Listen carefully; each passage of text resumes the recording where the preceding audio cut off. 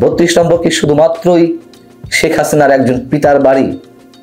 এই ভবন থেকেই তো স্বাধীনতার বীজ রোপিত হয়েছে। কি করতে চান? 71কে মুছে ফেলতে চান? মুছে ফেলা সম্ভব? বঙ্গবন্ধুর স্থাপনায় বঙ্গবন্ধুর ভাস্কর্য গুড়িয়ে দিয়ে বঙ্গবন্ধুকে মুছে ফেলা সম্ভব? ধানমন্ডির 32 নম্বরে যারা বঙ্গবন্ধুর বাড়িতে আবারও হামলা চালালেন, ভাঙচুর করলেন, তারা নিশ্চয়ই স্বর্গসুখ অনুভব করছেন। করারই কথা। তার কারণ এদেশ থেকে ফ্যাসিবাদের তীর্থভূমি মুক্ত করার ঘোষণা দেওয়া হয়েছে। তো ফ্যাসিবাদের তীর্থভূমিতে যখন আঘাত হানা হলো, তখন নিশ্চয়ই বিপ্লবী স্বর্গসুখ অনুভব করছেন যারা এই কাজটি করছেন। একটি কথা মনে করিয়ে দিই, আমাদের প্রধান উপদেষ্টা ডক্টর মোহাম্মদ ইউনূস সাহেব গত সোমবার আইন শৃঙ্খলা রক্ষাকারী বাহিনীর প্রধানদের উদ্দেশ্যে যে বক্তব্য দিয়েছেন, সেটি নিশ্চয় আপনাদের মনে আছে। তিনি বলেছেন যে যুদ্ধকালীন পরিস্থিতির মতো আমাদেরকে সতর্ক থাকতে হবে। এই বছরটি দেশের জন্য অত্যন্ত গুরুত্বপূর্ণ। কাউকে বিশৃঙ্খলা ও অরাজকতা সৃষ্টির সুযোগ দেওয়া যাবে না। আমাদের প্রধান উপদেষ্টার কাছে সবিনয় প্রশ্ন, 32 নম্বর আবারও ভাঙচুর চালানো, ঘোষণা দিয়ে বুলডোজার দিয়ে 32 নম্বর গুড়িয়ে দেওয়ার যে প্রস্তুতি, এটা নিশ্চয়ই অরাজকতার মধ্যে পড়ে না, এটা নিশ্চয়ই বিশৃঙ্খলার মধ্যে পড়ে না, তাই না?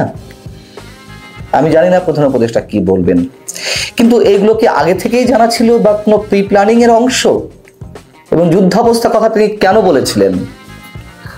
আওয়ামী লীগ তো আর এই মুহূর্তে অরাজকতা করতে আসেনি। তারা যদি হরতাল কর্মসূচি কেন্দ্র করে অরাজকতা সৃষ্টি করত, আমরা বুঝতাম যে আওয়ামী লীগ এটি চাইছে, প্রধান উপদেষ্টার কাছে ইনফরমেশন রয়েছে, তিনি এই জন্য এই কথাগুলো বলেছেন। তা তো আমরা দেখিনি।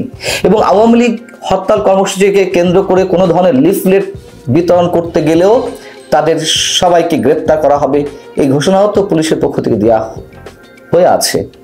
কিন্তু পুলিশ জানে না যে বুধবার রাতে বঙ্গবন্ধুর বাড়িতে হামলা চালানো হবে। এটি সারা বাংলাদেশের মানুষ জানে। বুধবার দুপুর থেকে বিকাল থেকেই প্রকাশ্যে ঘোষণা দেওয়া হয়েছে, উস্কানি দেওয়া হয়েছে। বৈষম্যবিরোধী ছাত্র আন্দোলনের আহ্বায়ক হাসনাত আব্দুল্লাহ তার ফেসবুক পেজে ওপেন বলেছে যে আজ রাতে বাংলাদেশের ফ্যাসিবাদের তীর্থভূমি মুক্ত করা হবে। বিষয়টি হচ্ছে যে পুলিশের ডিএমপির অতিরিক্ত কমিশনার এস.এন. নজরুল ইসলাম তিনি গণমাধ্যমকে বলেছেন, এই ধরনের কর্মসূচি সম্পর্কে আমরা অবগত ছিলাম না।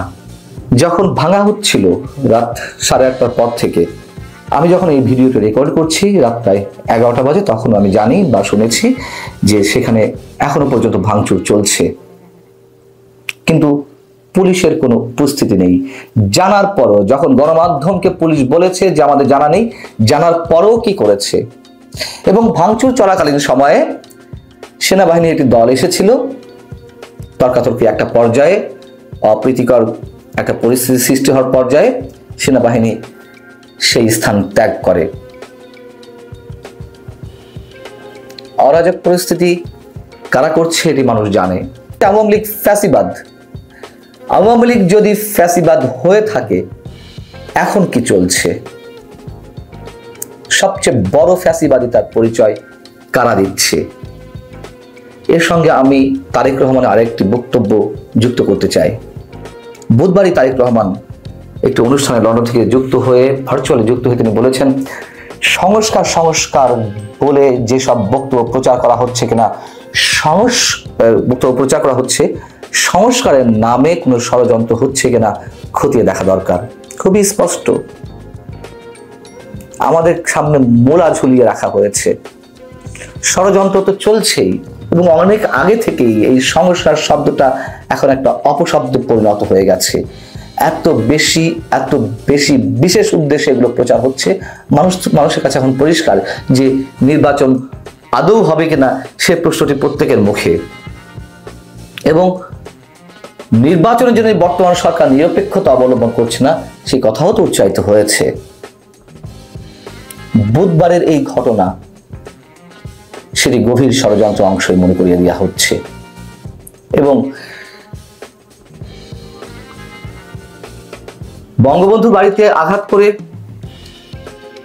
কি করার চেষ্টা করা হচ্ছে এখন? শেখ হাসিনা বঙ্গবন্ধু তো এক জিনিস নয়। ফ্যাসিবাদিতার সঙ্গে বঙ্গবন্ধুর যে যোগসূত্র খোঁজা হচ্ছে, এই বৈষম্য বিরোধী ছাত্র আন্দোলন কিংবা গণ অভ্যুত্থানের সামনে সারিতে যারা ছিলেন, তাদের মধ্যে মাহফুজ আলমকে মাস্টার মাইন্ড বলা হয়। সে মাহফুজ আলমও কয়েকটি স্ট্যাটাসে জানিয়েছেন তিনি নিজে হাতে ছবি ফেলে দিয়েছেন, বঙ্গবন্ধুকে ছুঁড়ে ফেলতে চেয়েছেন। তারপর আবার বলেছেন যে ৭১ পর্যন্ত তার অবদান ছিল। ৭১ পর্যন্ত তার যদি অবদান থেকে থাকে, সেটা কি ধরনের অবদান আমরা জানি না। এটা তো স্পষ্ট কারা খেলছে। সবশেষে একটি কথা মনে করিয়ে দিই, মাঠ তো ফাঁকা, ইচ্ছে করলেই যখন তখন গোল দেওয়া যাচ্ছে, কিন্তু সেই গোল যেন আত্মঘাতী না হয়। যে খেলা শুরু হয়েছে সেই খেলার পরিণামও নিশ্চয়ই ভালো নয়। ক্ষমতা আছে, ক্ষমতা দেখান, ক্ষমতার ঔদ্ধত্য আপনারা প্রকাশ করবেন, করতেই থাকবেন, কিন্তু পরিণতি কি হবে সেটুকু কি আমরা জানি?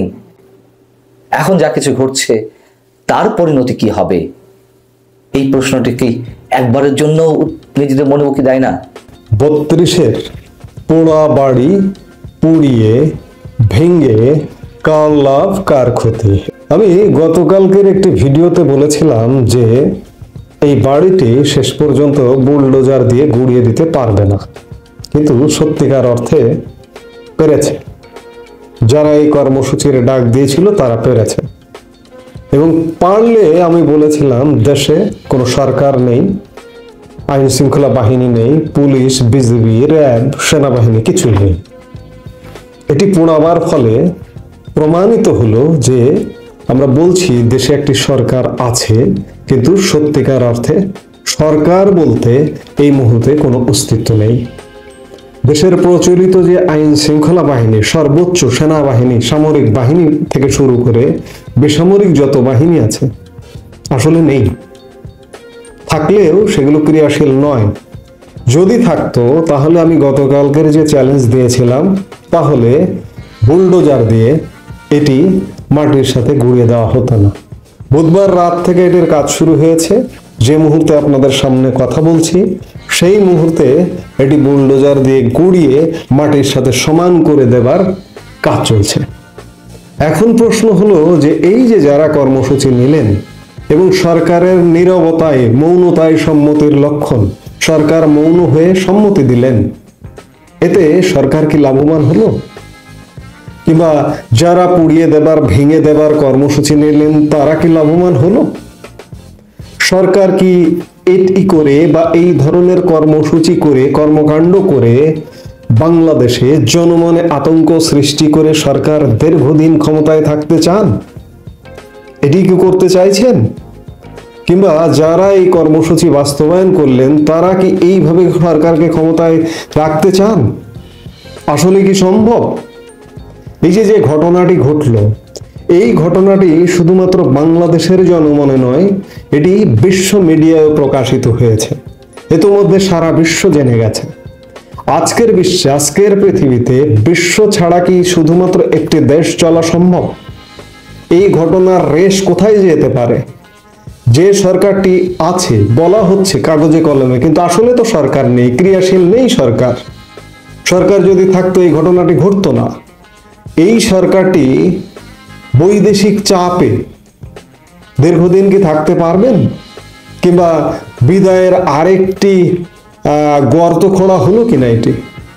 কারণ ধানমন্ডি ৩২ নম্বর জাতির ইতিহাসের একটা অন্যতম বৃহৎ স্মারক ছিল। এটি শুধুমাত্র একটি বাড়ি নয়, এটি ৫ আগস্ট পুড়িয়েই এটিকে ধ্বংস করা হয়েছে। এর ভেতরের আত্মা কেড়ে নেওয়া হয়েছে। আমি গতকালকার ভিডিওতে বলেছিলাম শুধুমাত্র কঙ্কাল একটা আছে। এই কঙ্কালটি পুড়িয়ে দিয়ে আবার, কিংবা এই কঙ্কালটি ভেঙে চুরমার করে চূর্ণ বিচূর্ণ করে দিয়ে কি লাভ? কোনো লাভ নেই আসলে। কিন্তু লাভ হলো এই সরকারের বিদায় ঘন্টা আরো ঘনিয়ে এলো, ঘন্টা দ্রুত বাজবার। যারা এই কর্মসূচি পালন করলেন তাদেরও বিদায় ঘন্টা ঘনিয়ে এলো বলেই মনে হচ্ছে। এই ঘটনার রেশ ধরে গতকালকে মব জাস্টিস বা মব অ্যাক্টিভিটিস শুধু ৩২ নয়, আশপাশেও ছড়িয়ে গেছে। ধানমন্ডিতে শেখ হাসিনার বাড়ি সুধা সদনে আগুন দেওয়া হয়েছে এবং দেশের বিভিন্ন স্থানে বুলডোজার কর্মসূচি করা হয়েছে। আমির হোসেন আমুর বাড়ি পোড়ানো হয়েছে, ভোলায় তোফায়েল আহমেদের বাড়ি পোড়ানো হয়েছে, কুষ্টিয়ায় মাহবুবুল্লাহ হানিফের পোড়া বাড়িতে আবারও আগুন দেওয়া হয়েছে, খুলনায় শেখ আবু নাসের পরিবারের বাড়িতে আগুন দেওয়া হয়েছে।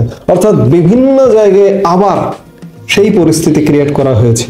5 আগস্ট পরিস্থিতি, আমি গতকালকের ভিডিওতে বলেছিলাম যে 5 আগস্ট পরিস্থিতি আর 5 ফেব্রুয়ারির পরিস্থিতি এক নয়, কিন্তু সত্যিকার অর্থে পরিস্থিতি একই রকম আছে। সেই সময় কোনো সরকার ছিল না, এই সময়ে কোনো সরকার নেই।